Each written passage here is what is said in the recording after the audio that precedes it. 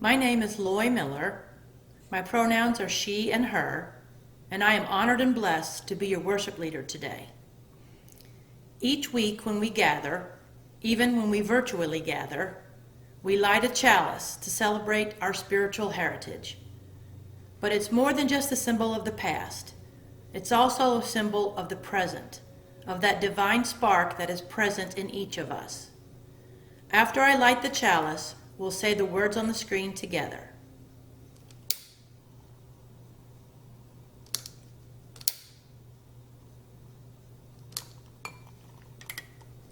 And together we say, we light our chalice to celebrate the path lit before us, the warmth of kindness that shines from within us, and the radiance of wisdom that is shared between us and never goes out.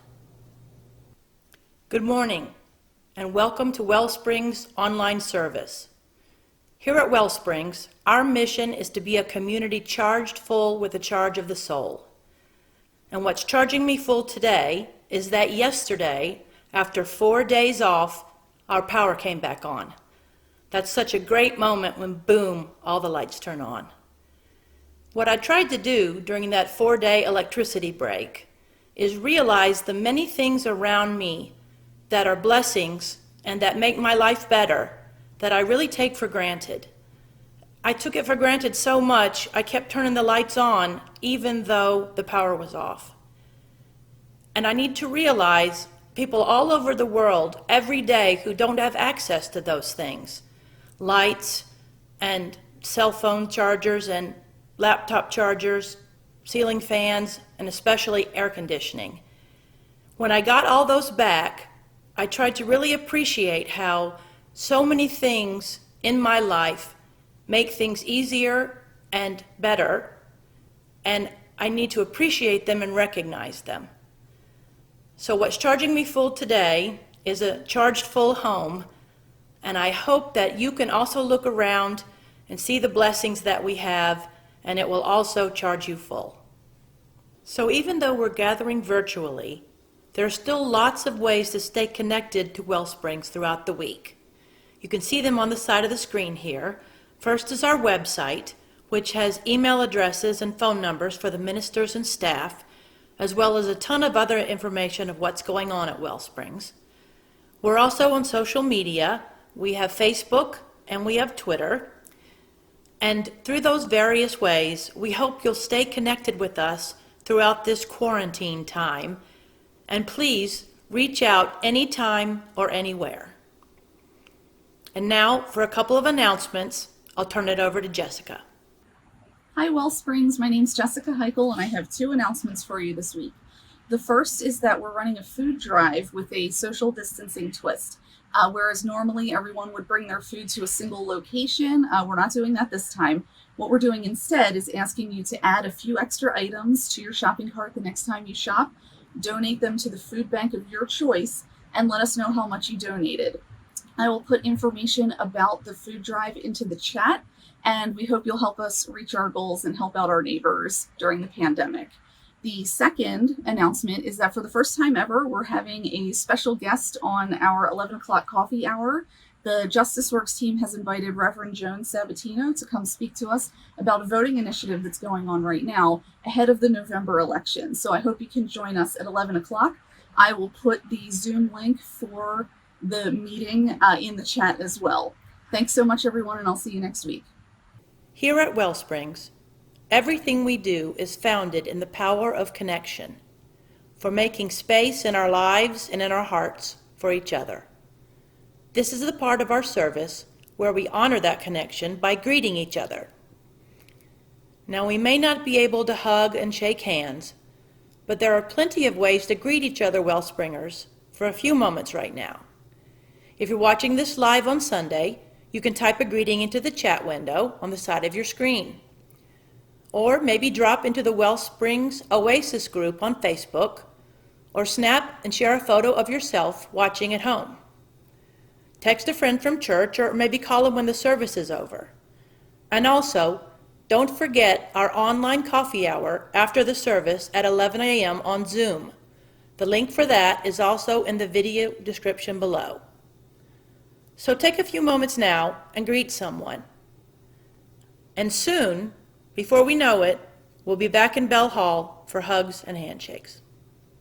I invite you now into our time of generosity, which is a time to reflect upon and express our gratitude for the many ways WellSprings affects our lives and out in the wider world. Now more than ever, if you value our community in these times, we hope you'll share a gift with us. If you have a smartphone handy, you can text WSPRINGS to 73256. You'll get a link there that'll help you complete the gift online. And there's also a link to give online in the video description below. We can't thank you enough for your support during these times. Our offering will now be gratefully received.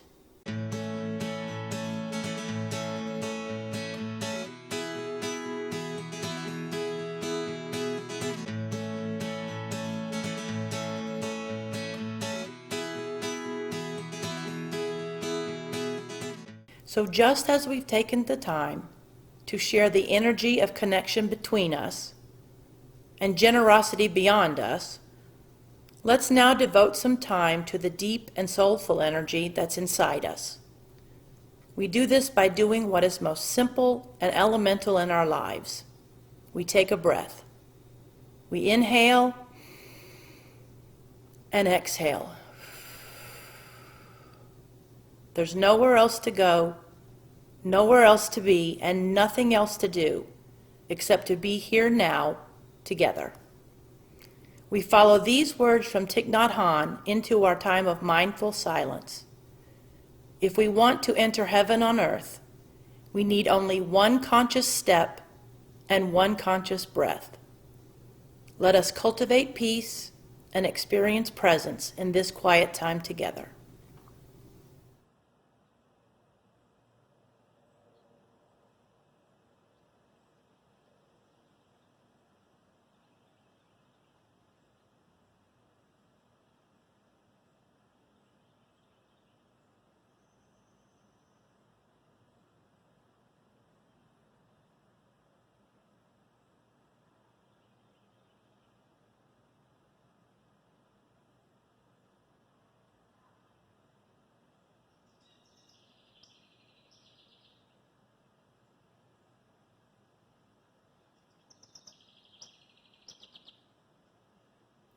Wherever it is that we are, whatever it is that we are doing, however it is we may be feeling, may we remember that peace and presence are as close to us as is our own breath.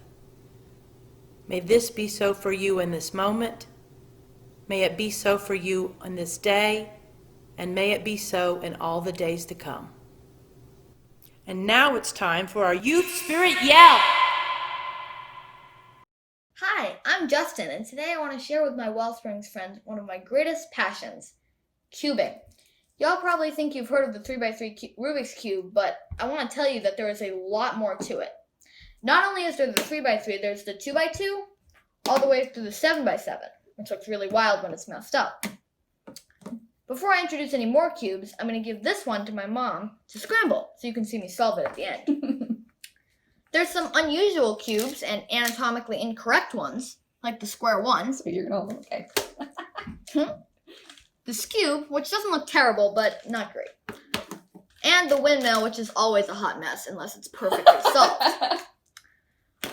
Most excitingly, the dodecahedron or Megamix cube, which is absolutely giant and okay, just take it in for a minute. Really cool. Wow. And then the Pyramix, which I'd never heard of, but Not it's a pyramid, fairly easy, but all right. So, Mom, once you're done scrambling that, I will now solve it for everyone. Oakley dokley. We're starting at 1 minute and 8 seconds. We're starting at 1 minute and 8 seconds. Okay. Justin spends hours cubing.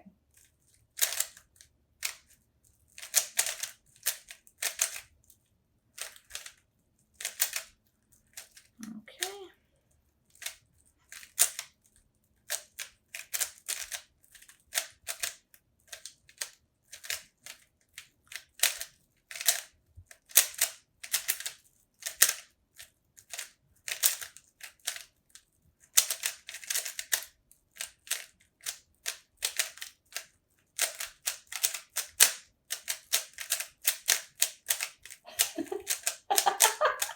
my goodness.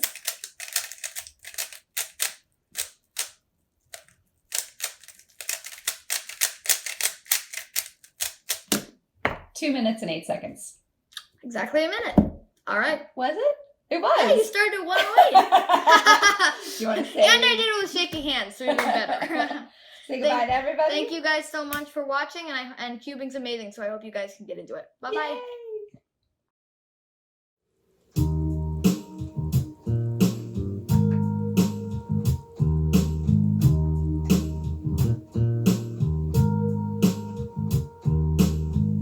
Something happened in here.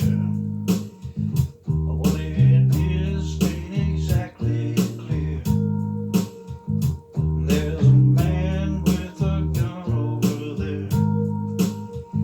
He's telling me I got to beware. I think it's time to stop. Hey, what's that sound? Everybody look what's going down.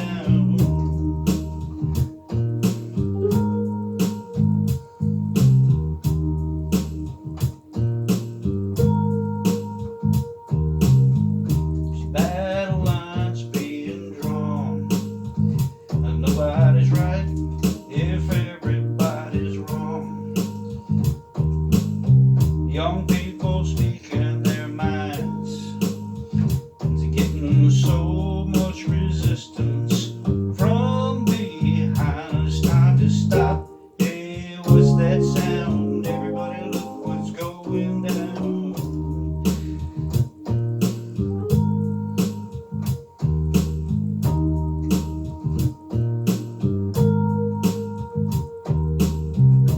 What a field day for the heat. Must be 1,000 people in the street, singing songs and carrying signs that mostly say hooray for our side. I think it's time to stop. Hey, what's that sound? Everybody look what's going down.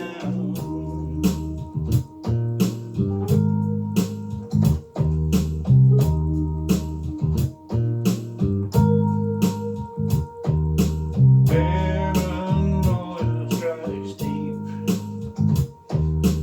into your life, it will creep. Well, it starts when you're always afraid. Step out of line, the man comes and takes you away. It's time to stop. Hey, what's that sound? Everybody look what's going down.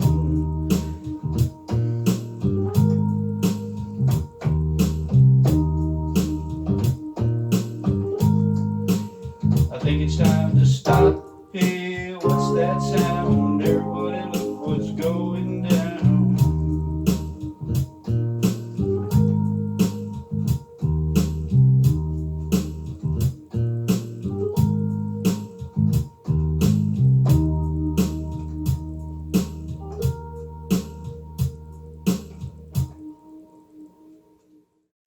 Good morning, everyone. Welcome to this week's message. I'm very happy to be here with all of you. I wish I could see you in person. There's nothing like seeing everyone's face and being able to connect that way. But this is where we are, and this is what we have. When I was a little kid, I was raised Catholic, and right from the beginning I was baptized and confirmed, and even did a year at Catholic school. By the time I was around maybe 7, I began to understand who Jesus was and what he was about. And it was one particular Easter that I remember so clearly, watching the 1927 black and white film, The King of Kings. And when it came to the end of the film, when Jesus is on the cross, I began to weep so hard. And I remember sitting in my parents' living room and crying all the way through the end of the film. And if you haven't seen the film before, here's a little clip from it that I'm showing as I'm talking to you. You can see how the sky becomes dark and God has wrath on the people who killed his son. At the time, I didn't think so much, it wasn't so much about, I didn't think much about God's wrath at the end of the film. I was so taken by this guy, this person, who was so gentle, so loving, so caring about everyone, and I wanted to know more. I was hungry for more, and I became a ferocious reader of the Bible. Those of you who know me know I tell these stories all the time. Fourth and fifth grade, at lunchtime, I would hold little sessions where I would read from the Bible and counsel my fellow classmates on challenges that they were having in their lives. And I was really struck by this person's ability to be with anyone, to be with the weak, the poor, the sick. There's something about it that deeply touched my soul. And, by the time I was 12 or 13, no, the time I was 11 or 12, I had a shrine in my room right under my Beatles poster. It's the oddest thing. And I read the Bible every day. And then it was about right around 12 or 13 that I began to become discouraged with the Catholic religion. Some things just didn't add up to me, and there were so many things that I didn't understand. Again, those of you who know me always hear me tell the story of when I was in the 1 year I did at Catholic school at St. Francis de Sales, where I would ask the question to the teachers, Jesus rose from the dead on the third day, and the first person he came to was Mary Magdalene, and the teachers would say, yeah. Well, how come she's not an apostle since she's the first person he came to? And immediately it would be down to the office. So there was always this rebel thing in me. And, right about that time when I was 12, 13, 14, and I felt my disillusionment with the Catholic religion, I began looking at all the religions of the world. This is when I started reading, I think it was the first time I read Martin Luther King's biography, and so many other spiritual leaders that I found to be compelling and interesting. And one of the things that always struck me was their ability to be nonviolent in the face of unbelievable adversity. Anyone else would have lashed out in anger, and they did not. And that was another thing that just really spoke to me. Today's Spirit Flicks film is the Camden 28. And I have a special relationship to this film, as I did the closing music credits for the film and also sound design and the sound mix. The film, The Camden 28, was directed and produced by Anthony Giacchino.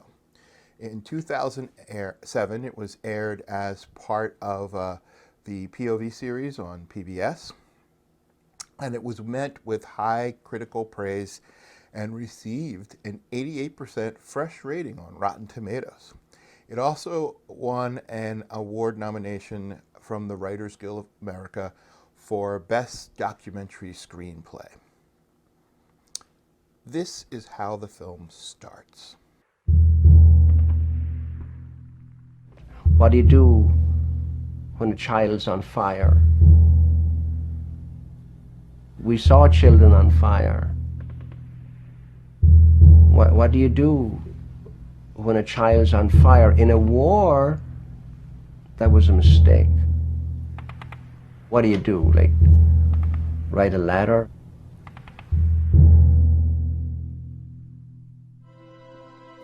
So, Father Doyle's question there, what do you do? What do you do? The story of Camden 28 is about the story of 28 deeply devoted Catholics who believed in the teachings of Jesus, particularly the teachings of the New Testament, and were committed, deeply committed to helping, working with the poor in Camden. And through the course of the film, you meet some of the key figures. Father Doyle is very well known. I recommend you check out some of his writing. He has a book of poetry read by Martin Sheen, and it is very powerful. And the Barragan brothers are well known in this area as the keepers of the faith, if you will. But back in the late 60s, early 70s, they were on the front line of protesting the war in Vietnam. And that question that Father Doyle asks, what would you do when children are on fire? What would you do when every day there's caskets coming back from the war, and it's mostly poor black and brown men? And what strikes me about this story is these deeply religious and spiritual people decided to do an act of violence, an act of destruction. They were going to break into the draft board and not only destroy, but take and destroy all of the draft cards and save a grouping of young men from being drafted into the war. At least that was the idea. So, a little bit of history. In the late 1800s, certain Christian theologians, particularly Catholics, found the teachings of Jesus in the New Testament and the left-leaning political movements of the time had shared goals. Issues of social justice, economic inequality, poverty, alcoholism, crime, racism, sexism, universal health care. These were also the same causes of the labor movement and the socialist movement and the communist movement that all started to take shape around the late 1800s in the United States.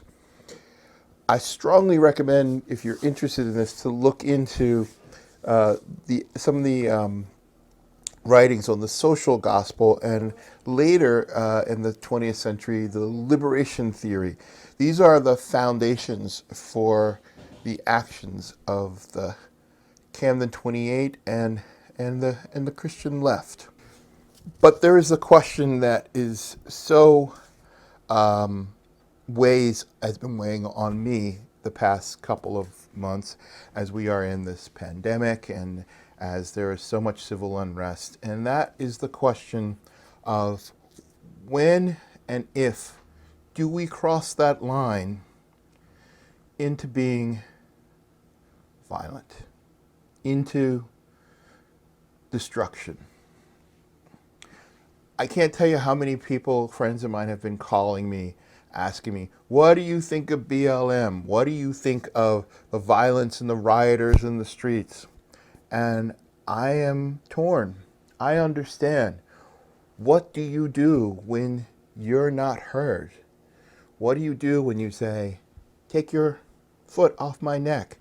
My foot's not on your neck. Take your foot off my neck.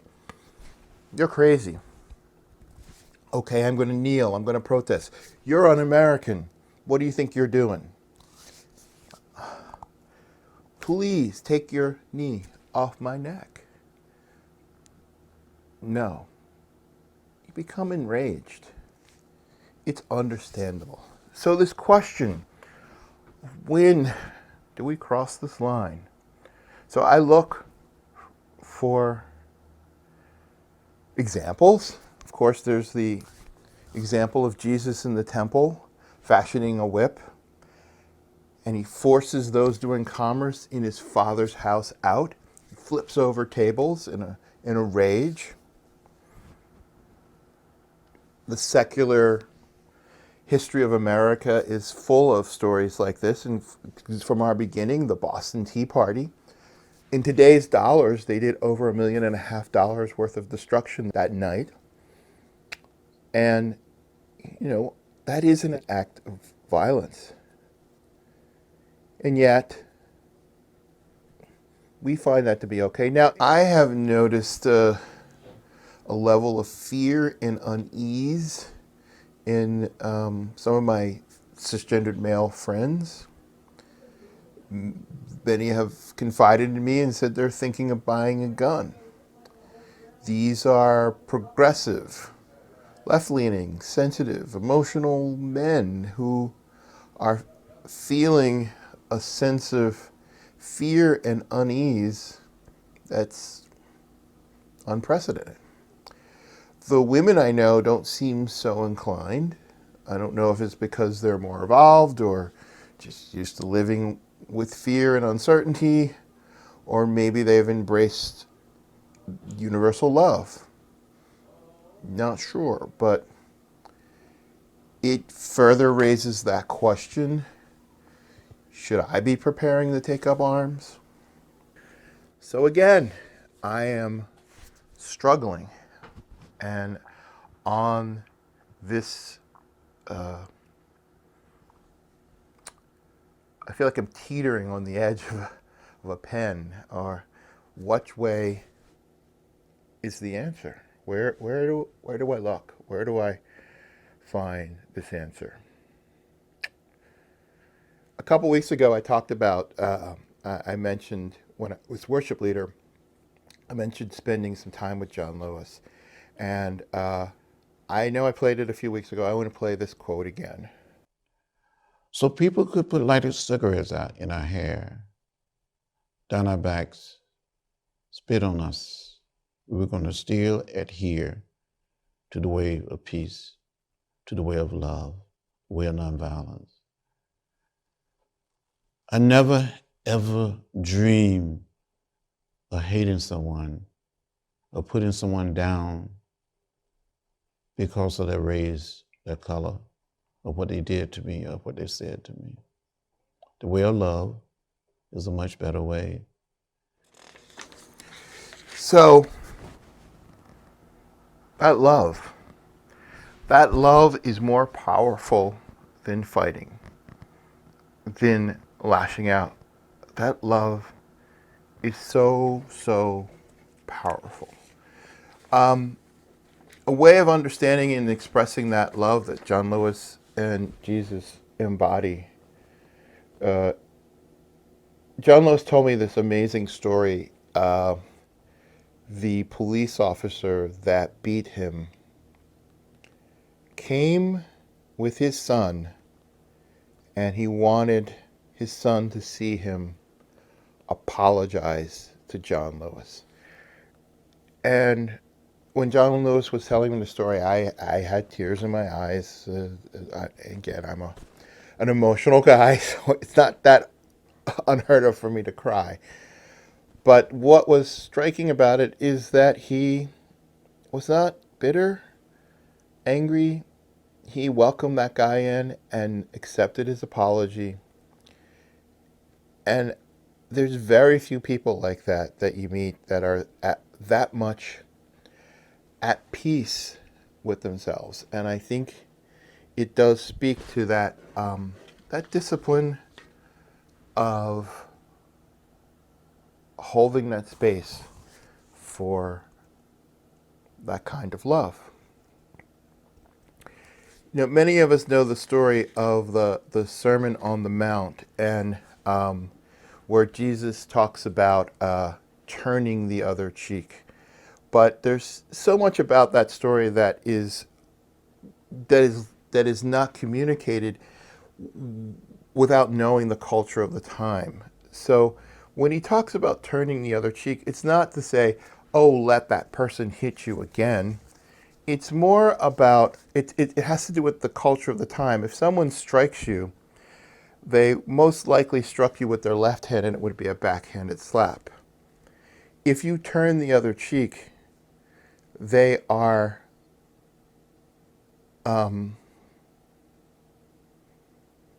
forced to strike you with the right hand and an opened hand. The left hand is always used for unclean purposes. It's a challenge for that person to punch you. And this is seen as a statement of equality. Thus, turning the other cheek, it's persuading, it's demanding equality. And I want to tell you a story about myself. And again, I want to be clear, this is not to make myself out to be some perfect person. It's just an example of the power of what Jesus is talking about here and also what John Lewis is talking about. And that is, when I was in 8th or ninth grade, I would be able to leave science class early. And in leaving science class early, because I had finished the entire course of study for that year, I had finished it in January. And interestingly enough, a little side note, my science partner who sat with me for both 7th and 8th grade is actually a rocket scientist. He works on the Mars mission. And if he's watching, hey, Mike. And so we would be done science class. So one day the teacher wasn't in the room. And one of the tough guys in my class, he was on the football team and very big dude. Oh, by the way, when I was younger, I was very skinny. I was like a 80, 90 pound, scrawny, skinny, awkward, gawky person. So I wasn't this big bear of a guy that you see before you now. And so as I got up to leave the class, the kid stood up, said, "Go sit back down." And when I was younger, I was so naive and stupid. I would like, "No, it's okay. We can go. I'm going to go play chess. I'm done my work." "Go sit down." No, it's all fine. Teacher knows. It's great. We go every week. It's okay. We're going down to the library and play some chess, and it's cool. I said, "Sit down. If you don't sit down, I call you out." I'm like, "No, there's no reason to fight. It's all good. I can go to the library." And so he slapped me across the face. And I was afraid and enraged. But I stared him in the face for what felt like an hour. It was maybe a minute, maybe 90 seconds. And then I walked past him and went to do what I was planning to do. I went down and go play chess. He never, ever bothered me again. Ever. And it really spoke to me about the power of standing in your convictions, in love, in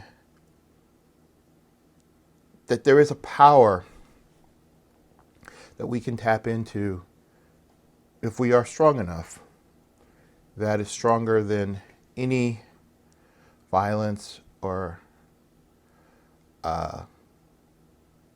anything that we are afraid of that comes at us. Now, this is not easy, and I know for myself that in this particular time when I am torn, it is because I'm afraid. It is because I want to control what's coming at me. I want to know that I am safe. And we're never safe. We just aren't. Anything can happen at any time. But I have seen time and time again with people that I've met personally and that I know who are so deeply committed to this love, and it really is inside of them, that they walk through the world, and it's not that they're not aware, and it's not that they're not stupid or uninformed, but boy, are they walking with the angels. I've been lucky enough with my work when I ran a nonprofit working in the inner city, working with at-risk youth, and also various people I met over the course of the years of my life, and they are very, very clearly protected by this thing that is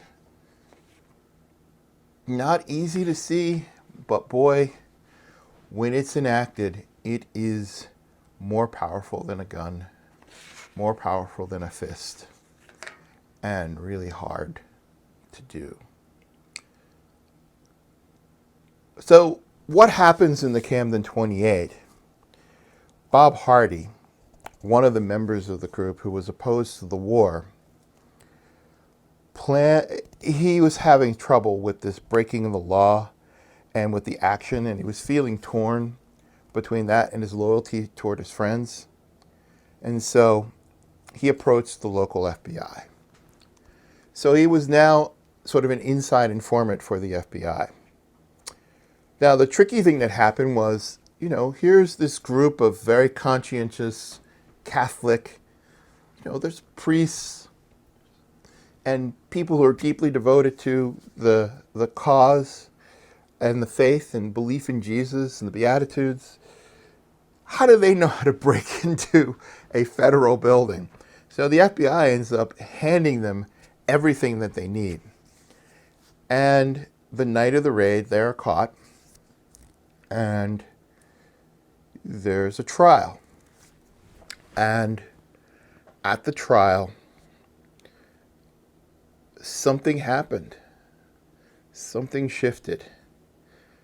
And the Camden 28 were acquitted. And it was the first time that the anti-war movement had a victory in court. There were groups before, maybe you've heard of the Chicago 7, and there's other groups just like that who were all took up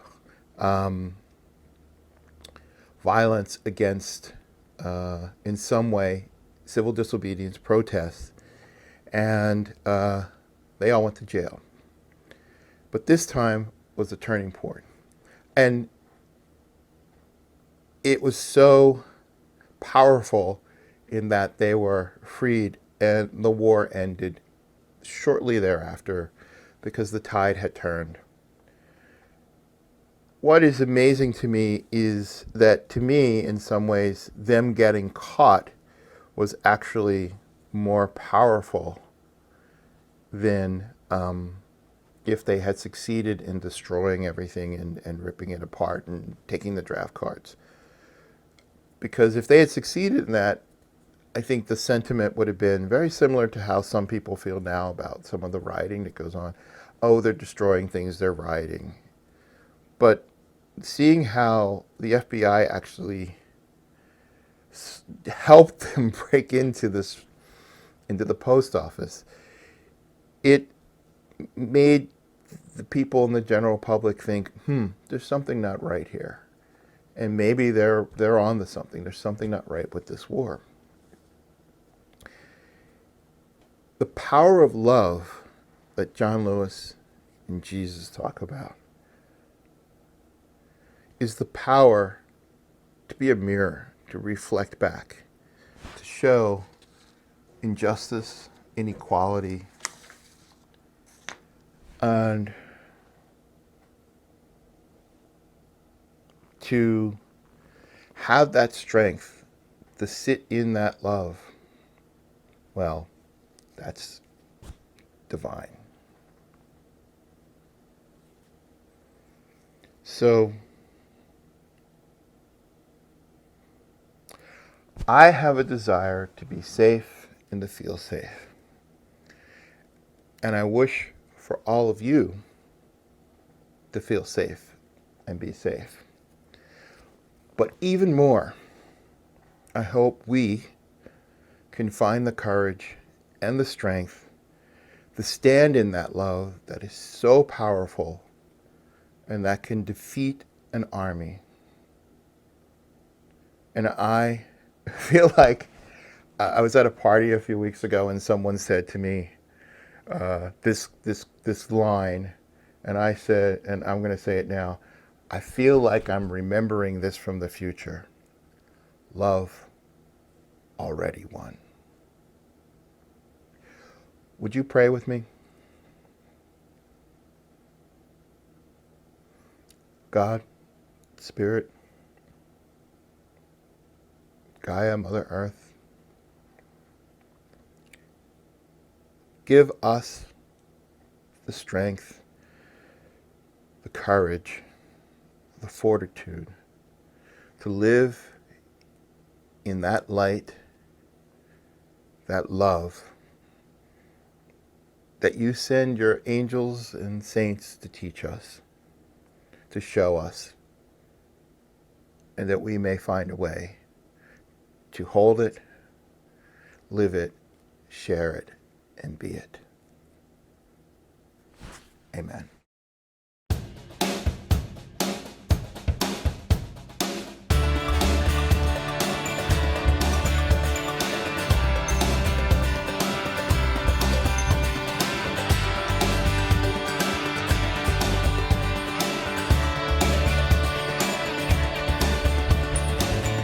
They live among us. They look like me and you. Something beautiful about them, like one brown eye and one blue. Every generation gets to feel them. Their poets all have a song to sing. They seem to know just what we need. They seem to know just what we need. Angels and saints, a gift from the source. Angels and saints like love falling from the sky. Angels and saints, a gift from the source. Angels and saints like love falling from the sky.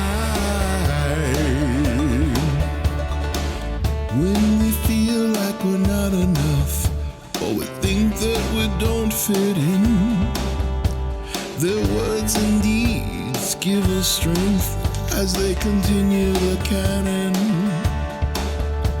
Their message is love, universal, unconditional. Their message is love, their message is love. Angels and saints, a gift from the source. Angels and saints like love falling from the sky. Angels and saints, a gift from the source. Angels and saints like love falling from the sky. We get so much wrong history and our understanding.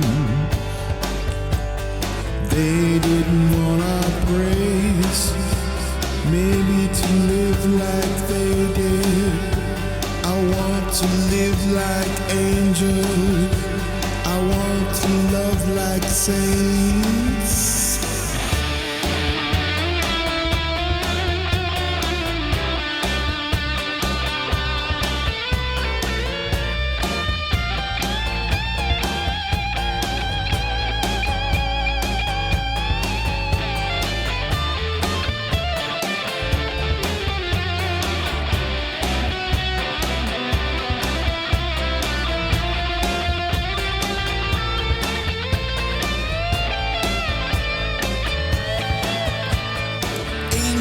and saints, angels and saints, a gift from the source. Angels and saints, like love falling from the sky. Angels and saints, a gift from the source. Angels and saints, like love falling from the sky. Love, love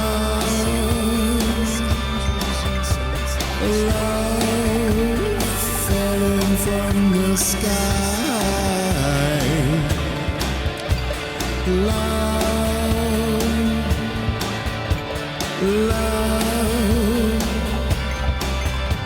love falling from the sky.